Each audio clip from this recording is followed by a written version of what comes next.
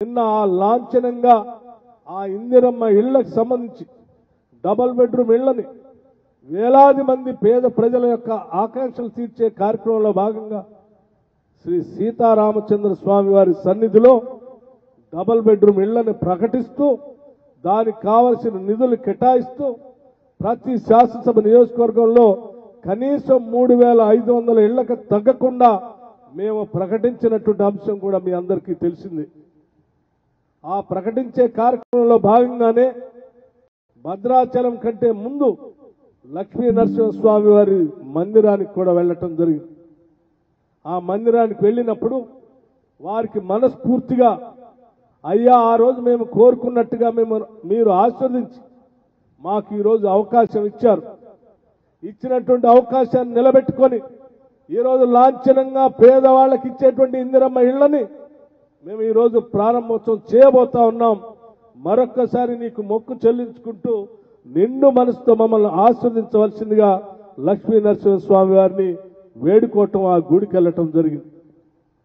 గుడికి వెళ్ళినటువంటి ప్రతి సందర్భంలో వారు ఇచ్చినటువంటి ఆశీస్సులతో మేము సాధించినటువంటి పేదలకు అందించే ఇళ్లని మనస్ఫూర్తిగా అమలు చేసే కార్యక్రమంలో వారికి మనస్ఫూర్తిగా ధన్యవాదాలు తెలియజెప్పుకుంటూ ఆశీర్వచనం తీసుకునే కార్యక్రమంలో భాగంగా నిజంగా ఏ దేవుడి దగ్గర భక్తి శ్రద్ధలతో కూర్చొని వారి ఆశీర్వచనం తీసుకునే కార్యక్రమంలో భాగంగా కావాలనే నేను కింద కూర్చొని వారి ఆశీర్వచనం తీసుకోవటం జరిగింది.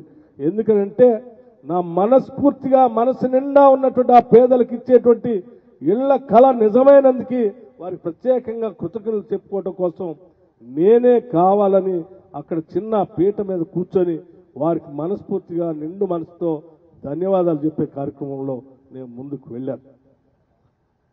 కానీ దురదృష్టం సరే ఆ చిన్న ఫోటోని తీసుకొని రాష్ట్రంలో చాలా మంది ట్రోల్ చేశారు. వారందరికీ నేను సహృదయంతో కృతజ్ఞత తెలియజేస్తాను. నిజమే మీరు మనసుకి కష్టపడి ఉండొచ్చు, కానీ ఇది ఎవరో కావాలని చేసినటువంటి కార్యక్రమం కాదు. నేను ఈరోజు రాష్ట్రంలో ఉప ముఖ్యమంత్రిగా ఈ రాష్ట్ర ప్రభుత్వాన్ని శాసిస్తా ఉన్నాను. ఆర్థిక శాఖని అట్లాగే విద్యుత్ శాఖని ప్రణాళిక శాఖని కూడా నేనే నిర్వహిస్తూ ఈ రాష్ట్రంలో తీసుకునే అనేక రకాలైనటువంటి ప్రణాళికలు కానీ విధానపరమైన నిర్ణయాల్లో కూడా ప్రముఖ పాత్ర పోషిస్తూ ఈ రాష్ట్ర ప్రభుత్వాన్ని శాసిస్తా ఉన్నాను. నేను ఎవరికో తల వంచేవాడిని కాదు, ఎవరో పక్కన కూర్చోబెట్టేవాడిని అంతకంటే కాదు, ఆత్మగౌరవం చంపుకునేవాడిని కాదు, ఎవరికి కూడా ఆత్మగౌరవం కిందికి తీసుకొచ్చే కార్యక్రమం కూడా చేసేవాడిని కాదు. సౌహృదయంతో దీన్ని అర్థం చేసుకోవాల్సిందిగా వారందరికీ నేను విజ్ఞప్తి చేస్తూ ఒకటే చెప్పదలుచుకున్నాను.